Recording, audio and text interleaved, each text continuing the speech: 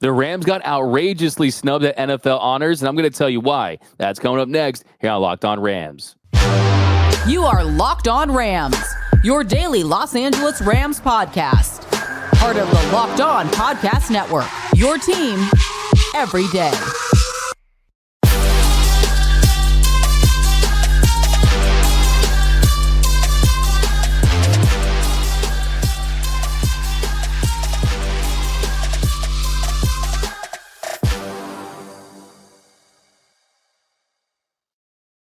What is up, Ramley, and welcome to another episode of Locked On Rams, your daily podcast covering your two-time Super Bowl champion Los Angeles Rams. Free and available wherever you get your podcasts. Locked On Rams, part of Locked On Podcast Network, your team every day. We're also available over on YouTube, so if you haven't yet, do us a huge favor and subscribe to the Locked On Rams YouTube channel. We're going to be covering your Rams all off-season. Going to be a big off-season. Also, anytime you have a question that you want to see featured on the show, drop those down below, and you will be featured on a future episode of Locked On Rams. My name is Doug McCain. You can follow me on X and Instagram at DMAC_LA. I've been covering LA sports for over a decade.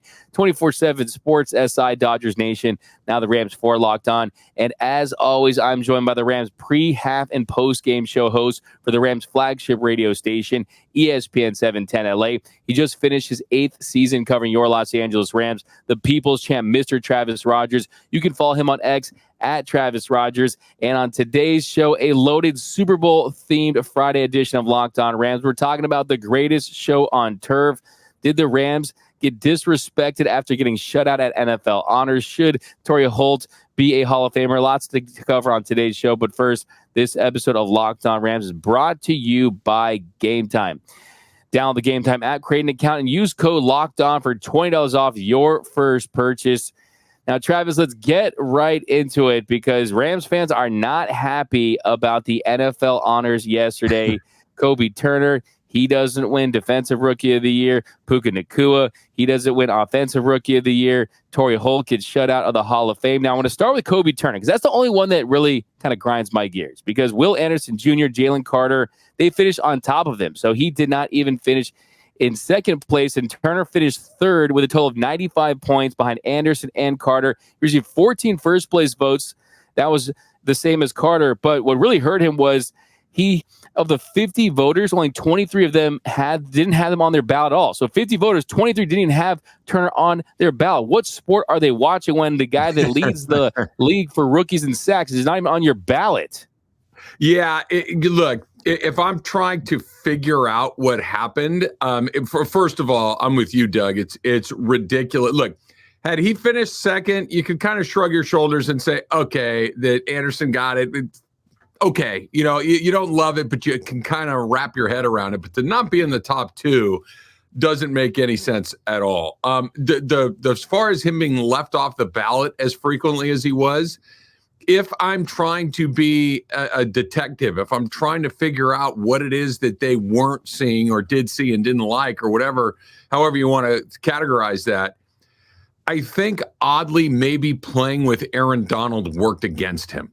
Right, that because Aaron Donald is so dominant, because Aaron Donald attracts so much attention. I mean, how many different Monday mornings did you and I come in here and talk about Aaron Donald getting double teamed on every snap, getting triple teamed on half the snaps, and just being the guy that absorbs so much attention that when one person's getting that someone else is able to eat on the side, maybe that's something that was held against him. I don't get it. Kobie Turner was terrific. Like you said, he led the league in sacks for a rookie. I certainly think he was one of the two best guys. I would have picked him as my top guy. That he was able to take advantage of what Aaron Donald presented before him, I think is a compliment to him, not a detriment. But if I'm trying to figure out why maybe people went in a different direction, that's about the only thing that I can come up with. I think that's a big factor for sure. And I think on top of that, it's where he was drafted. If you look where Turner was drafted in the 3rd round, maybe he's not on some of these guys' radar, or as Carter, or as Anderson, those guys are 2 top 10 picks, and you're familiar with those names. But to not even have him on your ballot, I mean, nearly half of them did not have him on their ballot. That's a joke. That's embarrassing, quite frankly, for these guys. They're supposed to vote for these awards. Okay, here's I've been doing this, whether it's radio, television, podcasting, whatever it is. I have been doing this in one shape or another for 30 years. Okay, so I feel like I have a fairly good grasp of my colleagues and who they are and what they do. I got bad news for you. A lot of people are not watching. A lot of people are not paying close attention. A lot of people are looking at highlight rips. They are looking at clips on the internet.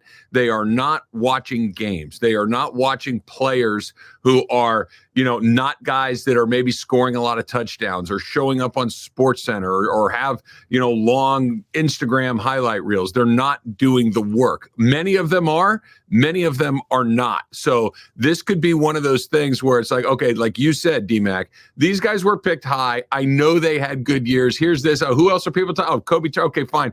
We'll put him on. Maybe I've never even heard of that guy. It happens all the time. I wish it weren't true, but a lot of people aren't doing the work. So put those two things together, and that's how that happens, unfortunately. Yeah, I'm not sitting here like Jay-Z at the Grammys saying that Beyonce should win Album of the Year, right? And they need to get it right. I'm looking for a second place finish. That's all I want. I mean, I think it was just absolutely ludicrous, but I do love what Kobie Turner, the conductor, tweet out back to work. As simple as that. Puka Nacua, though, I mean, look, Puka, 105 receptions, 1,486 yards. Those were rookie records. And you look at CJ Stroud, he was worthy, right? Over 4,100 yards passing, 23 TDs, 5 picks, completed 63.9% of his passes, led that Texans team to a 9-6 record in the 15 games that he was a starter there. It was the first time they made the playoffs since 2019. Also led the NFL with 273.9 passing yards per game at the lowest interception rate. And let's be honest, he wins because he's a QB. Of course he does, and he should. Look, we love Puka Nacua here on Locked On Rams. You were on the Puka train with the necklace in training camp, right? You are the conductor. If Kobie Turner's the conductor, you're the conductor of the Puka Express, right? So I get it. We love him here. He was amazing. He set 3 different NFL records for rookie wide receivers. CJ Stroud's the right pick. I hate to say it out loud. Playing quarterback is infinitely more complicated than being a wide receiver. This was the Rams were not supposed to be great, but the Rams, I don't know if anybody thought that the Rams were going to be literally dreadful and maybe not, win 2 or 3 games. The Texans were supposed to be dreadful. The Texans had a brand new head coach. The Texans, used a rookie, highly drafted quarterback. Those guys usually have a really steep learning curve. This guy not only won his division, this guy not only went to the playoffs, he won a playoff game. So I would love to bang on the table the way that we were for Kobie Turner and say this is ridiculous, which for Turner it was. This isn't ridiculous. CJ Stroud beating him and Puka finishing second is probably the way that should go. As much as Rams fans, we don't like it. It's hard to get really animated about CJ Stroud winning that award. He's worthy. He had a great year. It's the most important position in sports. I remember I got in a shouting match with a friend who tried to tell me the goalie in NHL was more important than the quarterback in the NFL. Stop it, Sherman. But seriously, come on now, right? So I'm okay with that one. But at least he was right up there, right? Second place. So that's where he should have been. So I have no issue with that. Now, real quick, do you think the Rams are disrespected nationally? There's a narrative out there. And I think that all fan bases feel that way, right? When their player doesn't win award. I mean, I totally don't buy into that. I'll give it this much. I'll give it just a teeny tiny little bit of it. And I think maybe there's some residual effect of it being a team that has relatively recently relocated and went from a small market to a larger market. I'd be curious to see what this sort of feedback is 10 years from now, when the LA roots have completely taken hold. That again, I know I've said this a lot. The everydayers have heard me say this. The Rams have done the thing as well as you could possibly do it during the relocation. They showed up, and other than the first year, they've been really good almost every year. They've gone to the Super Bowl twice in a 6-year window. They won a Super Bowl in a 6-year window. They built a stadium that's as grand and spectacular as any stadium in sports. They're doing as best as you can to try to grow and develop a fan base, but it does take time. This is as fast as you can do it. So, St. Louis, it's St. Louis. It's not New York. It's not Los Angeles. It's not the Dallas Cowboys. That sort of stuff is going to take some time. That the benefits that come along with being in a big city that the Dodgers and the Lakers and USC have taken advantage of forever and ever and ever. It's going to take the Rams a little bit of time to garner. Now, if you fast forward a generation of football players later, and we're not talking about Aaron Donald, and you're not talking about Stafford or Kupp or McVay, then sure, there's a bias built in. But I'd like to see what happens once they've been here for just a hair longer. I agree. I just think it's obvious that the league wants the Rams to be the marquee franchise in Los Angeles, to be a marquee franchise in the sport. They're the sixth most valuable franchise on the planet. A lot of that has to do with SoFi Stadium, but you win, you get the results, and I feel good about where the Rams are at. But disrespecting Kobie Turner like that, look, I'm just telling you, I was furious when I saw that. But coming up next year on Locked On Rams, we're talking about Super Bowl 34, the influence that team had, the greatest show on turf, and also Torry Hold. Should he be a Hall of Famer? Ridiculous. Was he robbed last night? That's coming up next here on Locked On Rams. Did you know that even if you have a 401k for retirement, that you can still have an IRA, an IRA? Robinhood has the only IRA that gives you a 3% boost on every dollar you contribute when you subscribe to Robinhood Gold. But get this, now through April 30th, Robinhood is even boosting every single dollar you transfer in from other retirement accounts with a 3% match. That's right, no cap on the 3% match. Robinhood Gold gets you the most for your retirement thanks to their IRA with a 3% match. This offer is good through April 30th.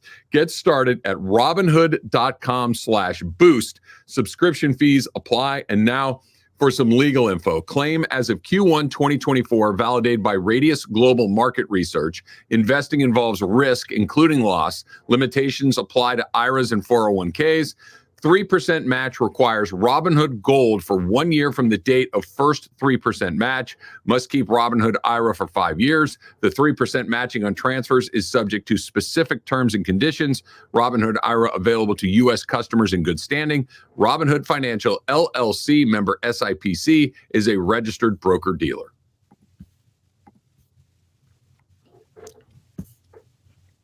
And we are off running here on Locked On Rams. Thank you for making Locked On Rams your first listen every single weekday, free and available wherever you get your podcast. Locked On Rams, part of Locked On Podcast Network, your team every day. Also, a special shout out to our everyday listeners out there. We appreciate you watching and listening to every single episode of Locked On Rams. And you can do that at Everyday Listeners Club too. Like I said yesterday, we got running a Super Bowl special.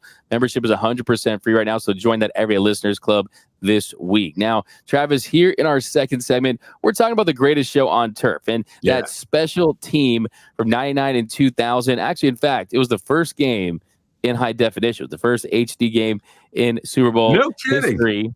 It That's really awesome. was. I can't believe that. I know, right? HD, right? Everyone saw that 73-yard touchdown by...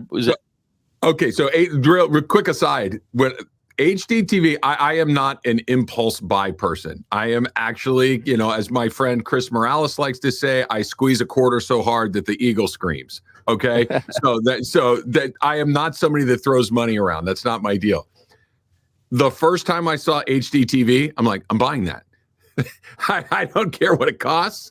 I want that, and I'm not leaving the store without that. That's how great DirecTV was, or excuse me, high definition TV was the first time I saw it. I did not. I remember seeing a baseball game in high def on a screen somewhere and going, I can see the little pebbles of dirt when they slide into second base.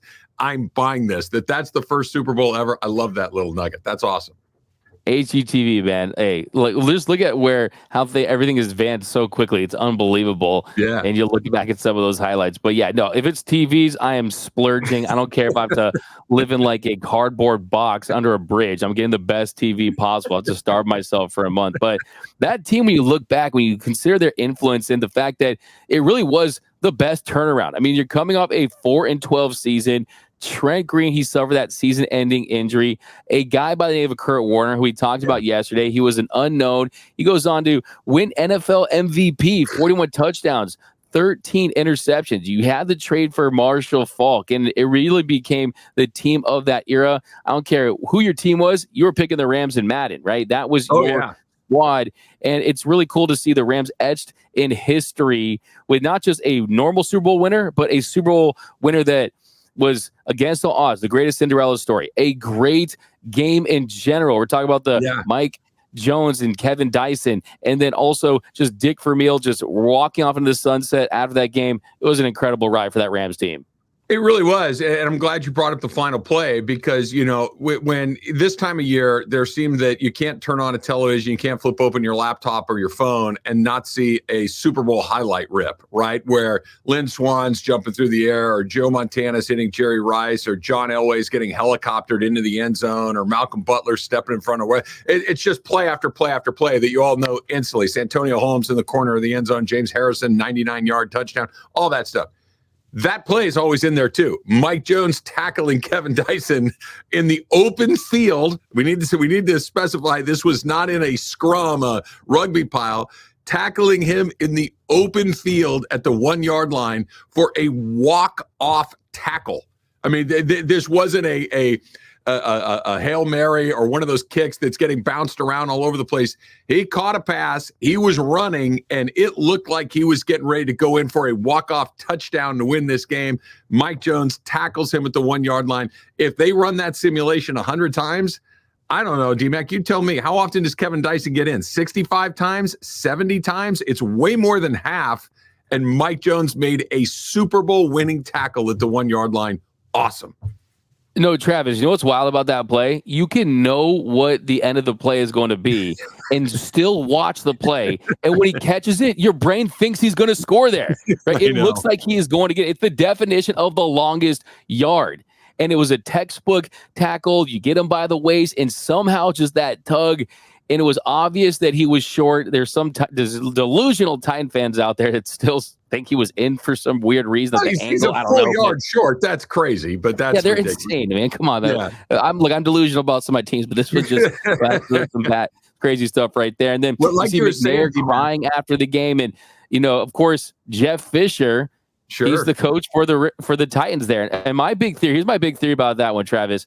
Okay. I think that Jeff Fisher's revenge for that play was to destroy the Rams like he did. That was his ultimate revenge. Mission accomplished. If that was his long con, then he executed it perfectly. You would talk about that play, and you could watch it again, and you're kind of hanging on the edge of your seat. My pal DeMarco Farr, who was on that Rams team, was a Super Bowl champion because of that Rams team. Ask him about that play sometime, and it's like he's reliving it as it's happening in real time. So it just, for you and I as Rams fans, it's one thing, but as a Rams player, to hear DeMarco talk about that, just the thrill that came along with a yard short, nothing like it. And the indelible image is just the extension, the stop right there. And if it weren't for that play, we'd be talking about Isaac Bruce 73-yard touchdown with under 2 minutes to put the Rams where they were at. So, yeah, it was an incredible Super Bowl. I think, it was probably the greatest turnaround, the improbable champions that season. Dick Vermeil, Kurt Warner. It is a movie, literally. Warner goes 24 for 45 in that game, 414 yards. That at the time was a Super Bowl record, 2 touchdowns. And all this offense that you see today, I mean, you look at this Chiefs game. I mean, you got Patrick Mahomes, the direct line from Patrick Mahomes to Stafford, right? The direct line from Kurt Warner, the greatest show on turf, to the offenses of today. Your Los Angeles Rams, they're a big part of NFL history. I always say, look at their influence on Tom Brady, right? You gave Tom Brady his first Super Bowl with the Patriots, his last Super Bowl with the Patriots, and also you took him out, right? You ended Tom Brady's career. So I think it's special how, the Rams, they're not the Steelers, right? Or the Patriots as far as overall Super Bowls. But if you're talking about the history of the game, there's a long chapter on your Los Angeles and St. Louis Rams. Well, I like what you said that, they were ahead of the curve. That greatest show on turf team was you could drop them into the NFL in 2024 and they wouldn't look out of place at all. They would look exactly like the teams that are playing right now in the modern NFL. They were a quarter a century ahead of what this has become, which is have a quarterback that's accurate as hell, can sling it all over the yard, put a bunch of weapons around him, have a running back that's multifaceted, that can run it, that can catch it, have an offensive line that gives your guy all sorts of time, and a defense that's good enough, right? That's the blueprint in the modern NFL, and the Rams were doing that 25 years ago. Unbelievable stuff. I definitely think it's a top 5 Super Bowl of all time. I definitely recommend Rams fans going back and watching that this weekend. But coming up next, We're throwing out our Super Bowl predictions. Did Torry Hold get snubbed? And we have a little surprise, too. Some prop bets that we're going to get into. That's coming up next here on Locked On Rams.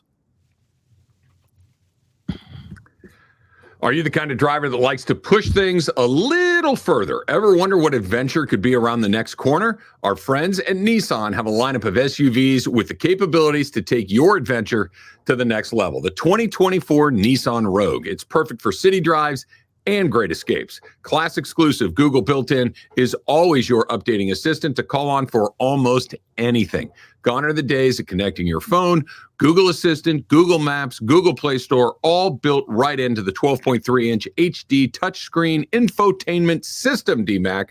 The 2024 Rogue is the perfect midsize crossover for your next adventure. And there's the 2024 Nissan Pathfinder. It has room up to 8 and expansive cargo capacity and advanced available, 4x4 capability with 284 horsepower and up to 6,000 pounds towing. When adventure calls, the Pathfinder is there to answer. I had a Pathfinder in a previous life. Awesome, awesome ride. Take the Nissan Rogue, Nissan Pathfinder, and Nissan Armada and go find your next big adventure. Shop NissanUSA.com. And let's talk a little bit about PrizePicks. The big game is coming up right now, right? The big game is only a couple of days away, and PrizePicks is the easiest and most exciting way to turn every game-changing moment into, listen to this, 100 times your money. I'm going to say it again. 100 times your money with as little as 4 correct picks. You can turn $10 into $1,000, right? If Patrick Mahomes throws for more than 1 yard in the big game, you win on PrizePicks. So what are you waiting for? Put that PrizePicks app on your phone. It's incredibly easy. You pick more or less than 2 to 6 players on their stat projections, and you can watch the winnings roll in. That's why over 3 million people, including me, have signed up and are playing PrizePicks. Go to prizepicks.com/LockedOnNFL. Let me tell you again, prizepicks.com/LockedOnNFL. Use that code LockedOnNFL for a first deposit match of up to $100. Pick more, pick less. It's that easy.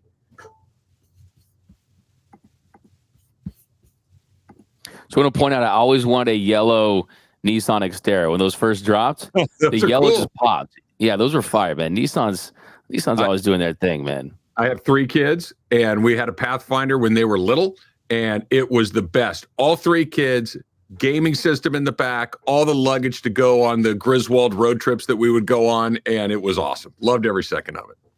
Shout out to Nissan, man. But here in our third segment, Travis, we're going to dive into another topic that I'm a little upset about too, and that is the fact that Torry Hold did not earn the Hall of Fame, right? But actually, before we get into that, we got some prop bets we're going to get into, of course, for Sunday.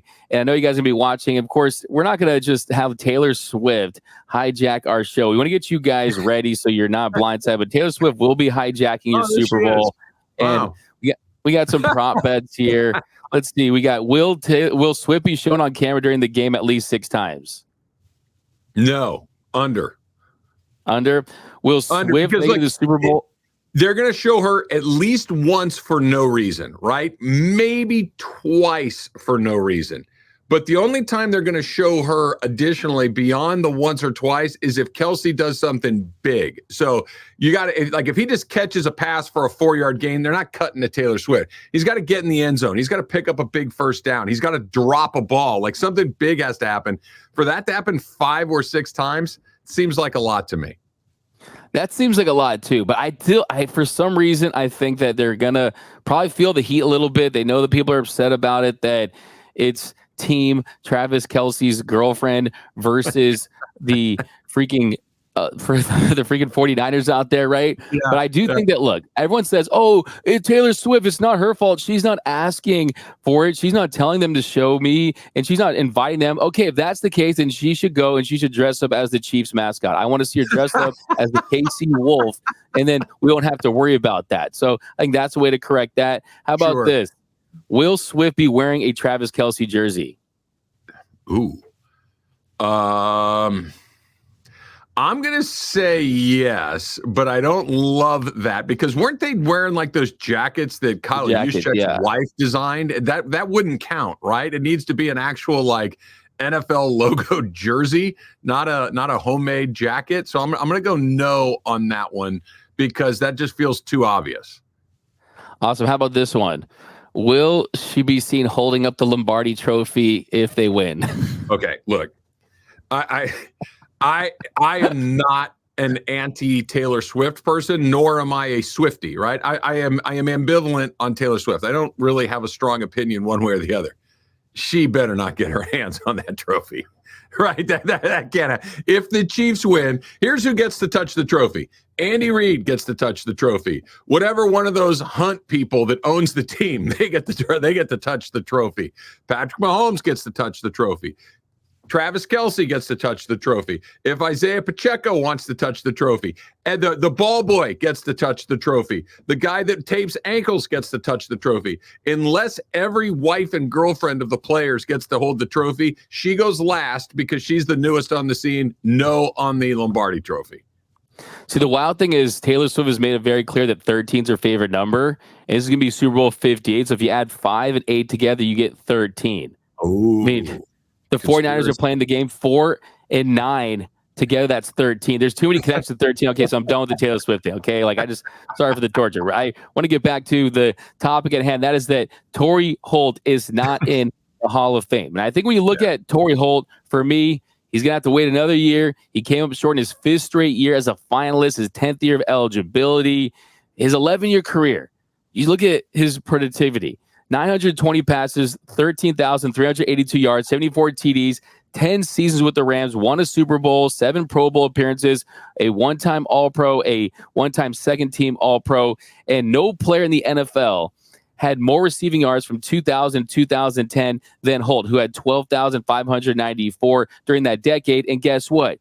His last season was 2009. I think he absolutely needs to be in the Hall of Fame. I see some people discredit him because they say, oh, his stats were inflated because of the greatest show on turf. No, he's one of the best receivers in the history of the NFL.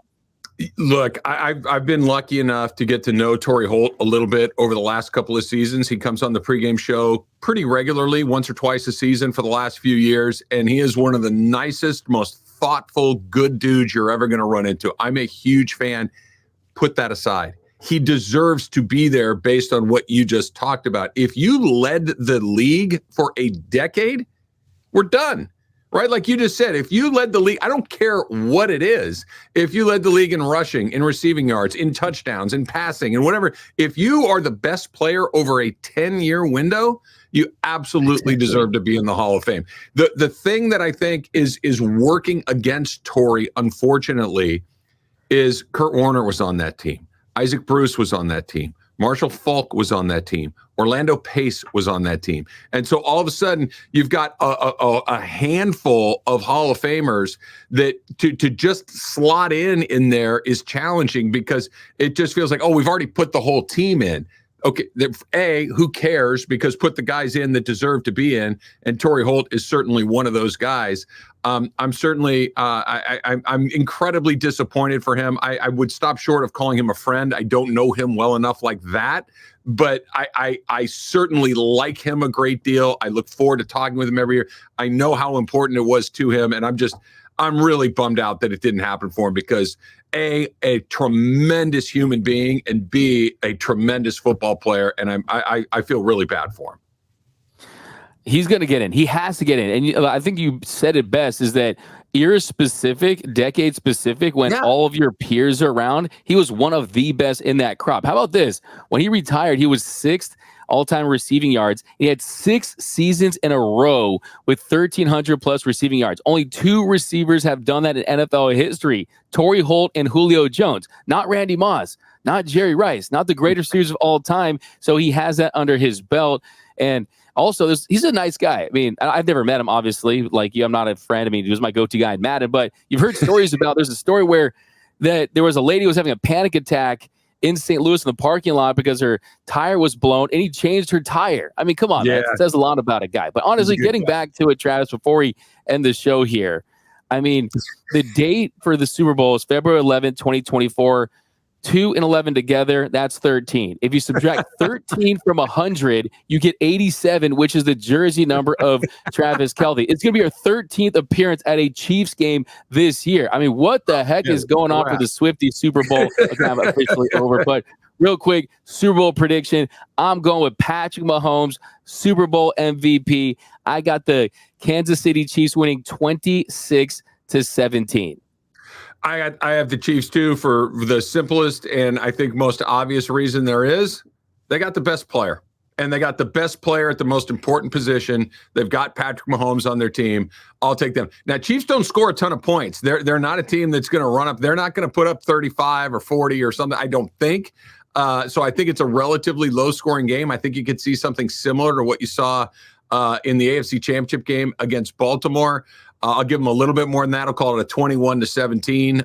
But I'm taking Patrick Mahomes. Until somebody beats him, I pick Patrick Mahomes. Patrick Mahomes all day, every day. And all I got to say, we talk about these voters and the voter integrity. If they give Taylor Swift the Super Bowl MVP, I'm done watching the NFL. Just want to point that out right now. But give me the Chiefs Super Bowl champions over the San Francisco 49ers. They fall short again in the end. But that's going to over this episode of Locked On Rams. My name is Doug McCain. You can follow me on X and Instagram at DMAC_LA. And of course, you can follow the legend, the people champ, Mr. Travis Rogers at Travis Rogers. Until next time, whose house? It's Locked On Rams house.